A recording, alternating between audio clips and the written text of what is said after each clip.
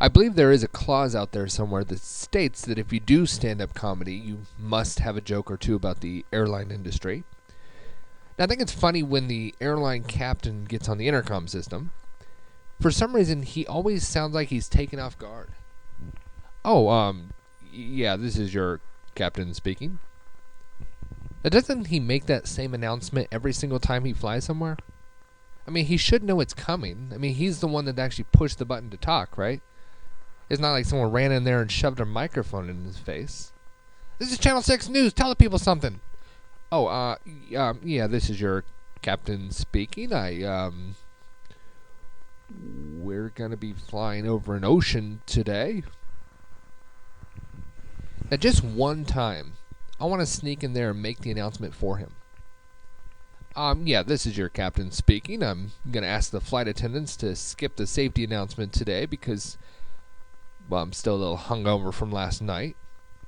I mean, I don't normally drink, but I'm just a little bit nervous, seeing how this is the first time I've flown since the trial. But for those of you believers out there, don't worry, you're not going to go anywhere till it's your time. Unless, of course, it's my time, then it's your time also by default. And don't even bother buckling up, because if we're plummeting out of the sky from 10,000 feet, I really don't think that 3-inch piece of nylon is going to do you a whole lot of good, let's be honest. Now, one thing they'll tell you when you're flying is that you're not allowed to use any sort of electronic device while the plane is taking off or landing.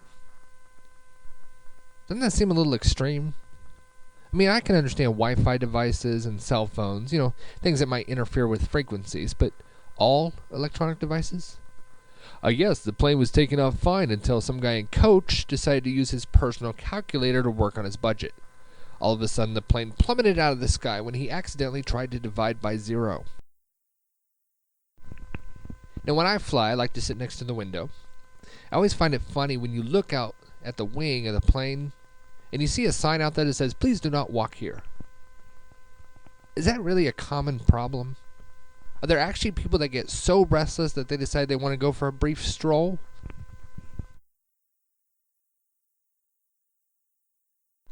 Now, has anyone done a short flight and rode in one of those small planes? They certainly don't invest the same kind of time and attention on those flights, do they? You get on a jumbo jet, they sit everyone down, they go through the safety announcement, they show you a video from the CEO talking about how much they appreciate you.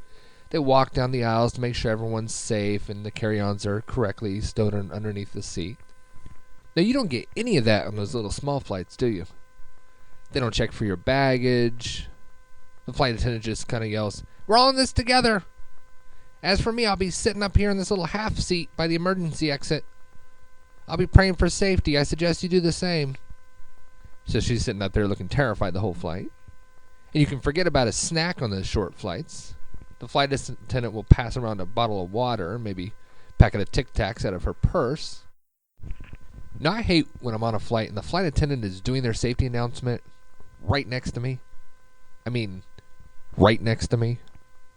I mean, do they care if I'm not listening? I mean, I don't want to hurt her feelings. I don't know. I mean, I could do one of two things. I can either ignore her. That might come across as insulting. Or I can go the other way and pay very close attention.